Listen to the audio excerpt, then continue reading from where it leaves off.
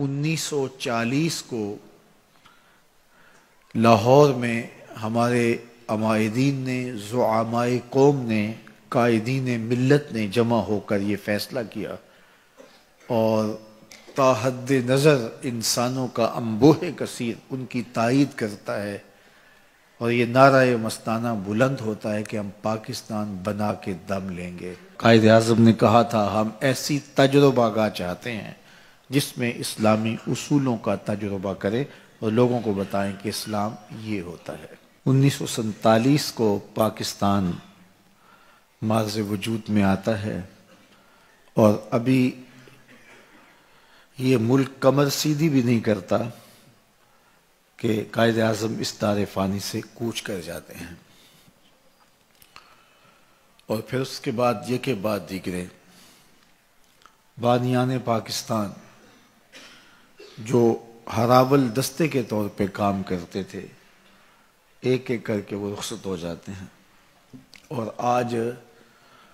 اس وطن کو بنے 70 سال سے زائد عرصہ بیت گیا، ہم ابھی تک جن مقاصد کے حصول کے لیے یہ ملک بنایا تھا، جو خواب دیکھا تھا، اس کی ہم عملی تعبیر نہیں دے سکے۔ لیکن یہ مطلب نہیں ہے کہ وہ تعبیر آئے گی نہیں، یہ بات ذہن میں رکھیے گا۔ تعبیر تک پہنچنے کے لیے وقت لگتا ہے۔ کبھی ایسا ہوتا ہے کہ آپ رات کو خواب دیکھتے ہیں اور دن کو اس کی تعبیر مل جاتی ہے، اور کبھی تعبیر تک پہنچنے کے لیے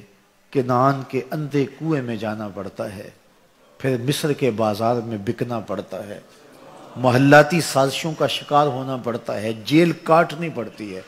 40 سال گزرنے کے بعد جناب یوسف بولتے ہیں یا ابت ھذا تعویل رؤیا یا من قبل، میرے باپ یہ ہے میرے خواب کی تعبیر جو میں نے 40 سال پہلے دیکھا تھا۔ تو لازمی نہیں ہے کہ کسی خواب کی تعبیر آپ کو فوراً مل جائے۔ پاکستان بنانے کا جو خواب تھا اس کی تعبیر مسلسل جد و جہد اور قربانیوں کے بعد اللہ نے نصیب کی۔ اب پاکستان جن مقاصد کے لیے بنایا گیا تھا انشاءاللہ وہ خواب بھی شرمندہ تعبیر ہوگا، دی گئی قربانیاں رائے گا نہیں جائیں گی، شہیدوں کا بہا ہوا خون ضائع نہیں ہوگا۔ 1 2 4 10 یا 1000 لوگوں نے قربانیاں نہیں دی، لاکھوں لوگوں نے قربانیاں دی۔ ایک خواب تھا جس کی وہ تکمیل چاہتے تھے، اور اگرچہ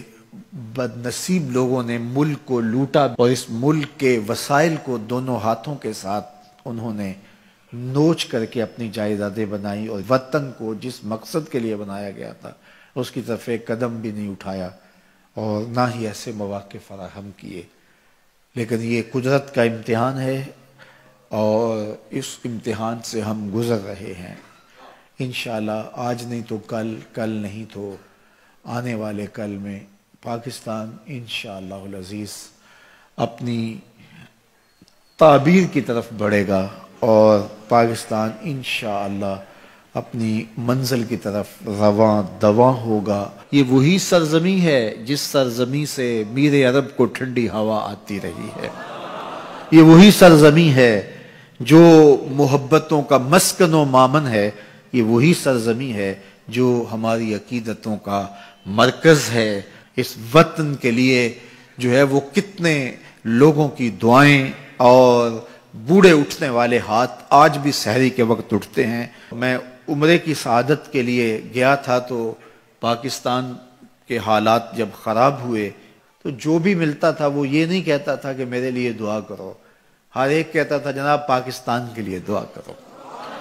گنبد خضرا کا سایہ ہو یا صحن حرم ہو، ہاتھ اٹھے تھے اور لوگ پاکستان کے لیے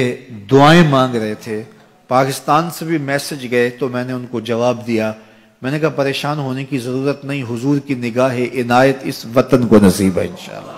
اور پاکستان مٹنے کے لیے بنا ہی نہیں، قیامت تک قائم رہنے کے لیے معرض وجود میں آئے۔